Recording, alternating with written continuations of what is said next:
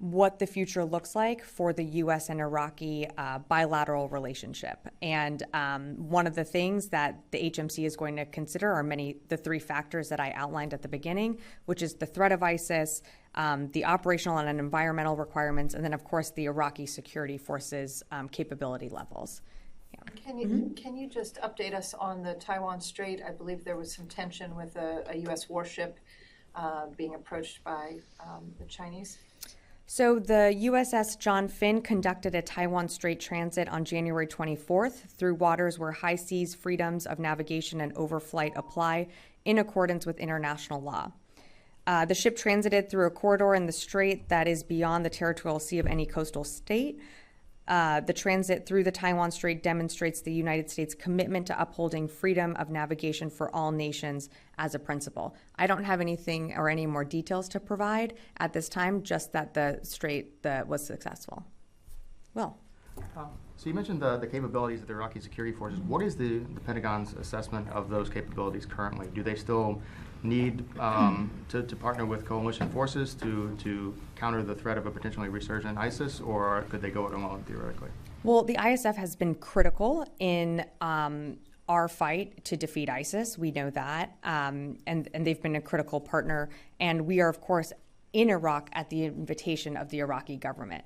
In terms of their own capabilities and addressing ISIS, we want to make sure that the threat that we saw 10 years ago is not the same threat that we face today, which is why we have entered into this HMC working group to address what the future, what the partnership, what the bilateral relationship looks like. This is about the future and making sure that Iraq is set up for success and defending its own national security and sovereignty, and how the U.S. can support Iraq in doing that. Great. I see Catherine. Yeah, welcome. Yeah, Catherine here, CBS News. I have a series of questions slightly off topic about the K2 Air Base. Okay. A member of a military environmental testing team tells CBS News that yellow cake uranium was found. This is someone who was there on the ground, but the department has consistently rejected the yellow cake claims. How strong is your evidence?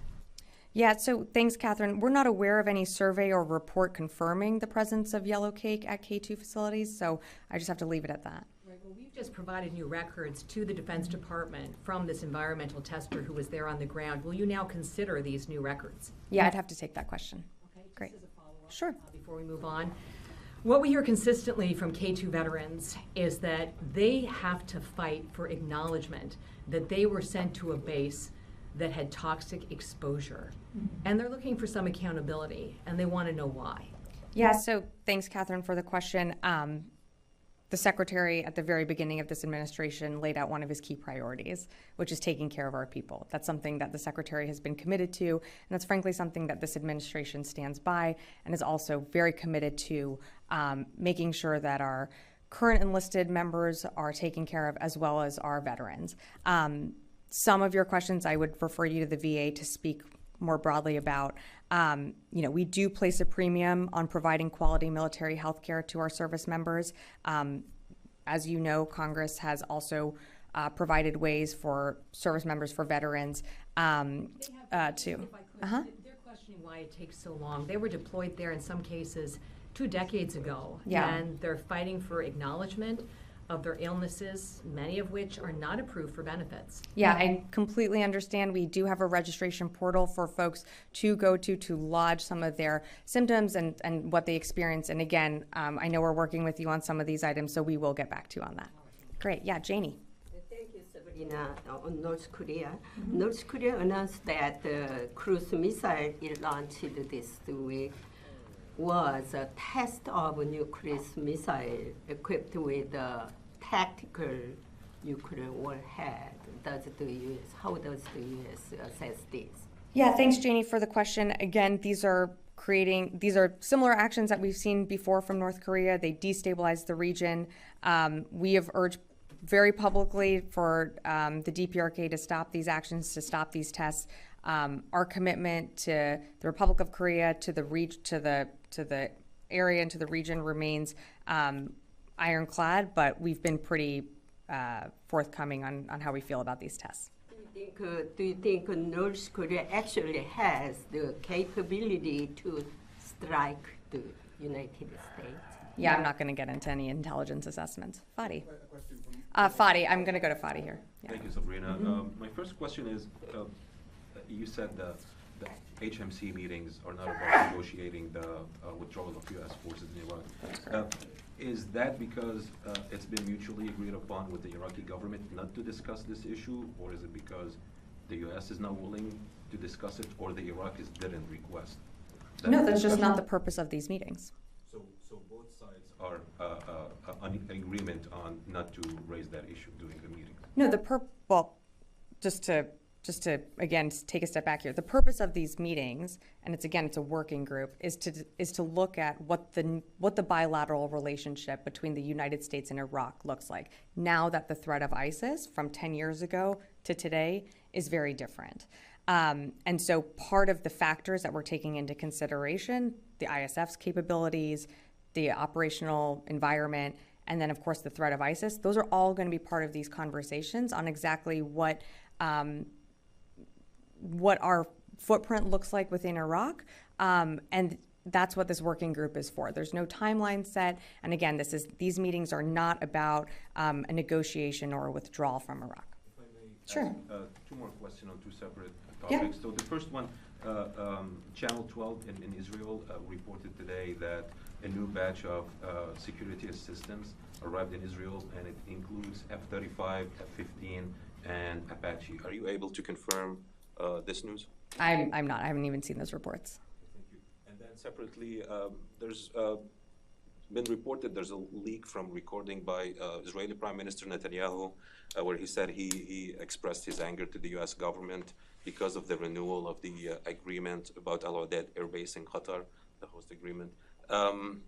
Is the U.S. reviewing its presence in Qatar and its security relationship with the Qatari government? I'm not going to comment on the Prime Minister's specific comments, but we have a good relationship with Qatar. In fact, the Secretary was just there in December visiting that base. So I have nothing new to announce in terms of any change to that relationship.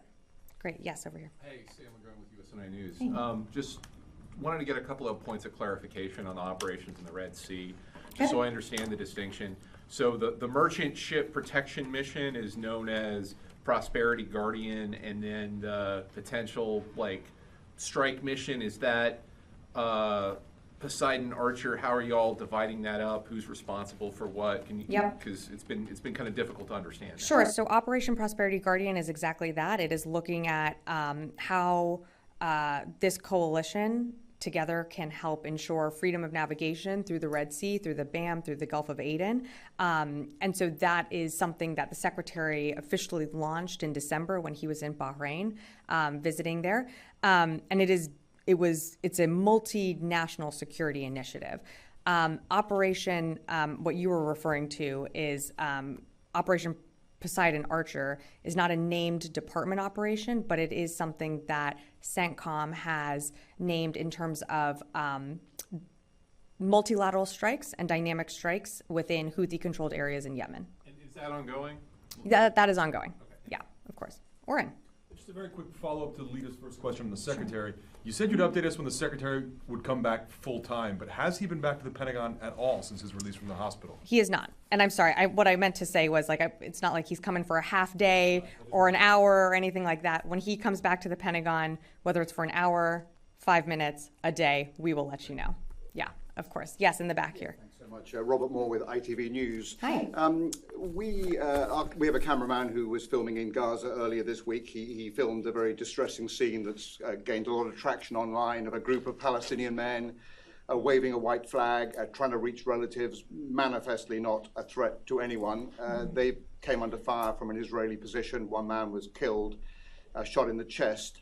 I wonder if the Pentagon, whether you have seen that video, what your reaction to it is, and above all else, whether you would urge the IDF to investigate what appeared to be a calculated and unprovoked killing. I'm sorry, I have not seen the video, so I can't speak to it. I can't urge another entity to do something without seeing the video myself. What I can say, and what we continue to do and urge our Israeli partners, is as they are conducting operations within Gaza, of course, in accordance with the law of armed conflict, humanitarian laws to preserve innocent civilians, protecting innocent civilian lives, and of course where there are people and refugees that have fled into humanitarian corridors. So I'd have to leave it at that. Sure. I mean, this campaign has now lasted, 110 days now. You've repeatedly, from this podium and from the State Department, the White House, have repeatedly said you're urging the Israelis to be more calibrated in their approach. Are you seeing any evidence that's being listened to, let alone being implemented on the ground, given the extraordinary number of civilian casualties we're still having 110 days into the campaign?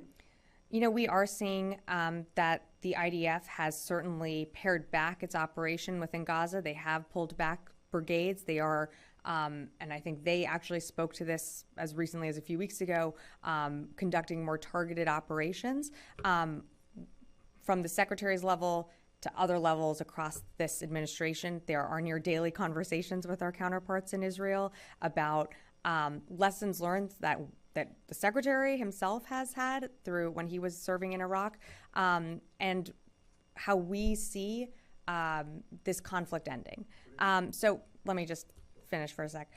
So again, we feel that the Israelis they have a really tough fight ahead of them.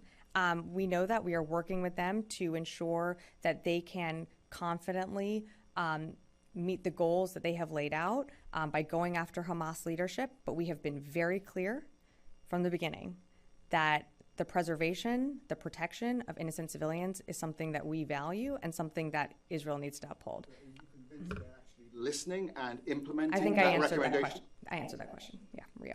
Thank you, Sabrina. Two questions. Sure.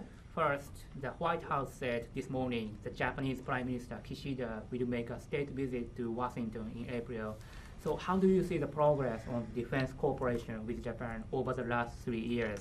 And what area will be the priority for the Pentagon moving ahead? I saw the announcement today. That's very exciting. You know, for more details on the Japanese Prime Minister's visit, I'd refer you to the White House. But of course, last year was a critical year in our alliance, and we look forward to building on that momentum. And that is another great time to do it when the visit happens. I believe you said in April. Yeah.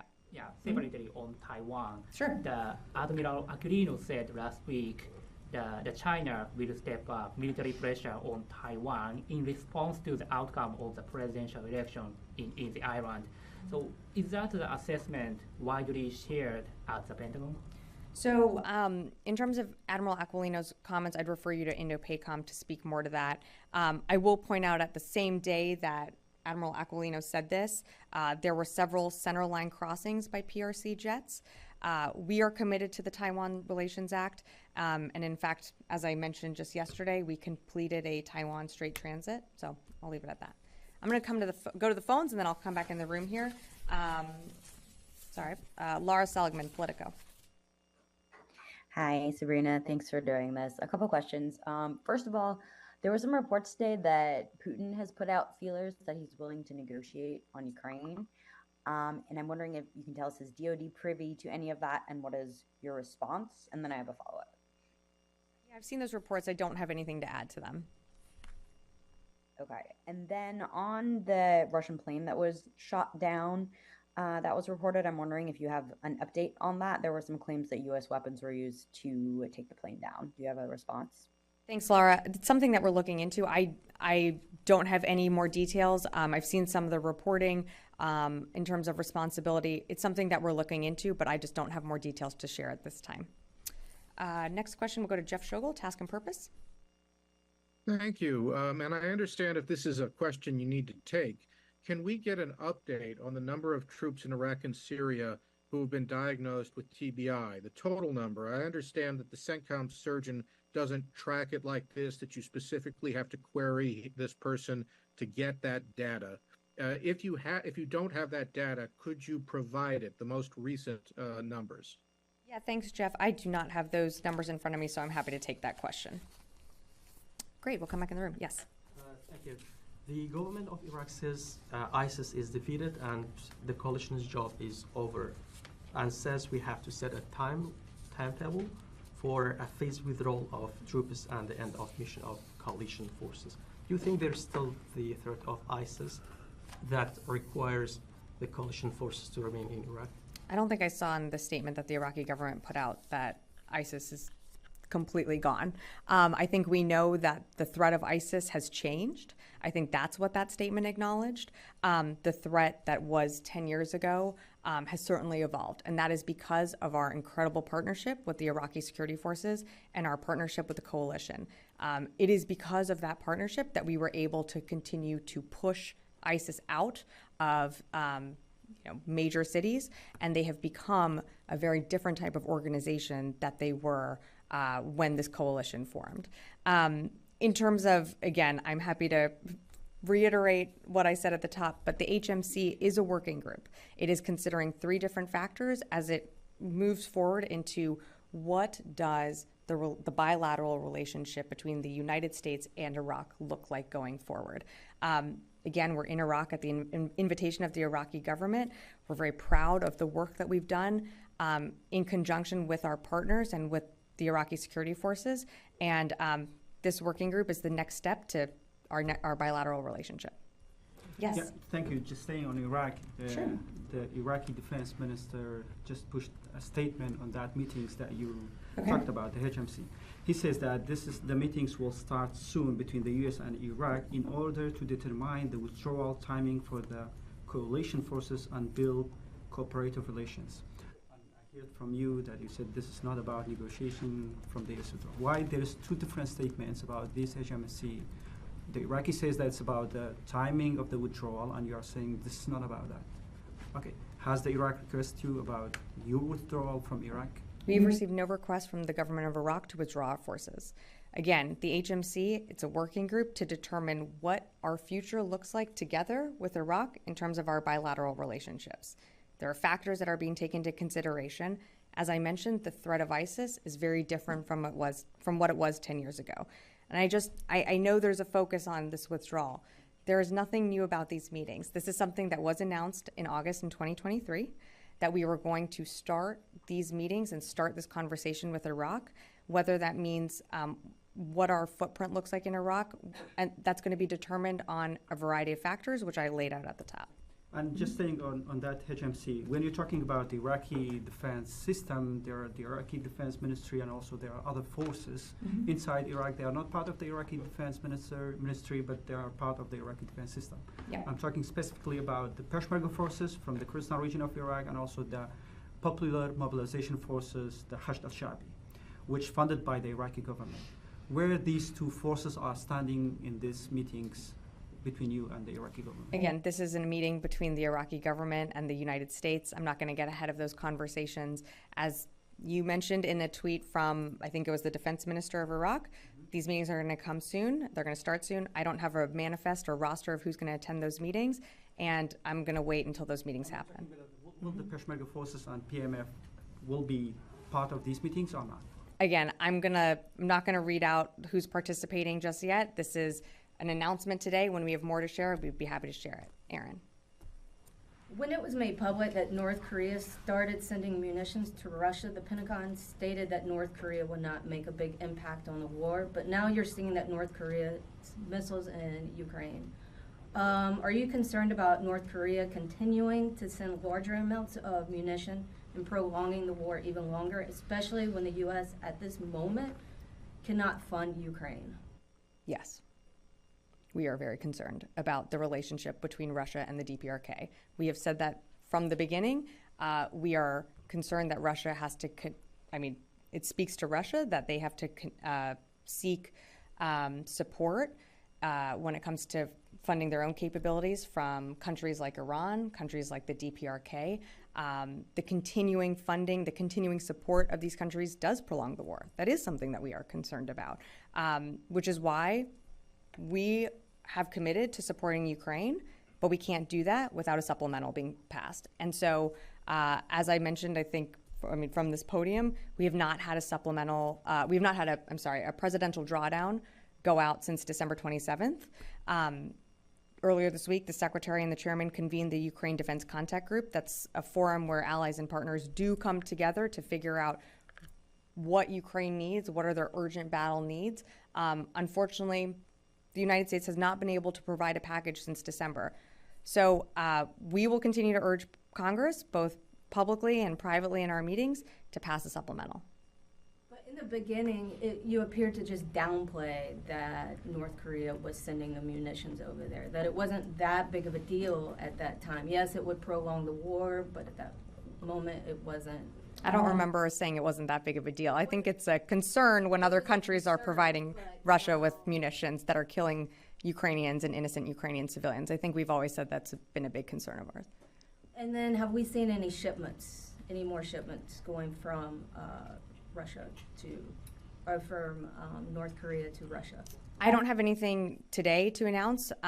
We certainly know that there is we've seen a deepening of relationships between Russia and the DPRK, but I don't have any shipments or anything to announce today. Yeah. I have a follow-up on what you just said on the supplemental. So if Congress fails to break a deal and get additional funding for Ukraine, what would that mean for Ukraine's ability to defend itself, and what message about American reliability would that send to the rest of the world? Well, I think certainly it's concerning if we can't continue to support Ukraine. And I do think members of Congress on both sides of the aisle do understand the impact that it could have. I will say, though, and it's important, it's not just the United States supporting Ukraine right now. Our allies and partners have stepped up in terms of training, in terms of funding and support. So it's not just the United States, but the United States' support for Ukraine is incredibly important in showing a united message, not just to the European world, to Russia, but all around the world. Our support, as you've heard from the president himself, has said that it's unwavering, and we will stand with Ukraine for as long as it takes. I truly believe there are members of Congress and on both sides that believe that as well and want to do the right thing and pass the supplemental. Yeah. Yes. Oh, hey, Missy. Hello. Yeah, I didn't see you back there. Just a couple questions on Secretary Austin. Sure. I know, I can't remember if it was you or Pat responded to a question on this the other day, but do you have any, that you were looking into it, but is there anything on the request for the Secretary to testify in the HASC?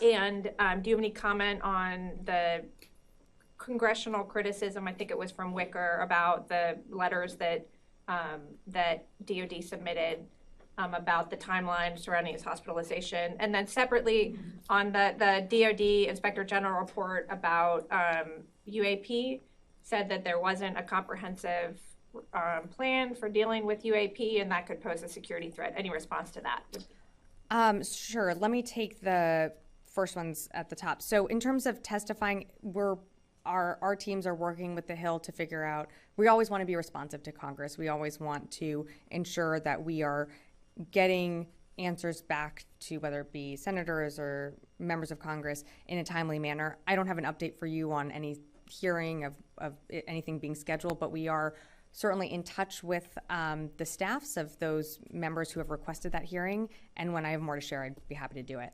And then in terms of the letters, again, we're always responding to Congress in a timely manner. We provided the details that we could in that letter, and I know our staffs have been in touch, and the Secretary has been in touch also with members in both the House and Senate. In terms of the UAP report, I'm sorry, I just have to take that question. Lita, do you have one more, and then we'll wrap up? Sure. Clarification. Are you suggesting, and I'm really not looking for you to read the topper again. Sure. But are you suggesting but that I understand. Yeah.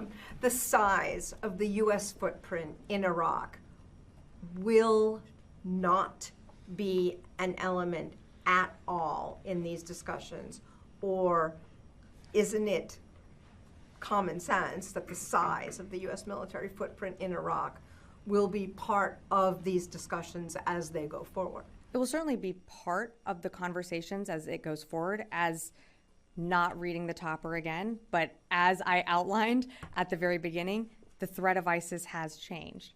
But there are certain conditions that have to be met, or certain factors that have to be met in order for both Iraq and the United States to feel that we can ensure the enduring defeat of ISIS. And so that's what this working group is going to look at.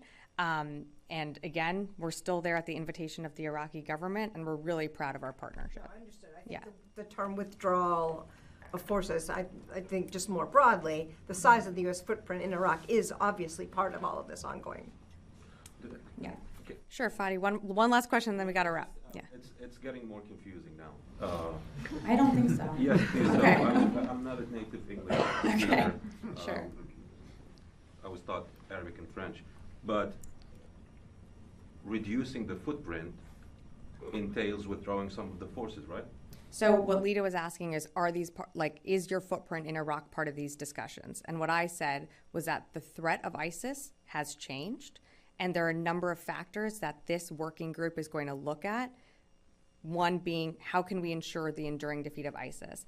Of course, conversations about our troop levels, that's something that this working group is going to take a look at. But right now, we are there at the invitation of the government. We are very proud of our partnership with the Iraqi security forces, and we're really proud of the work that the coalition has done to ensure that defeat of ISIS remains. Okay, great. Thank you, everyone.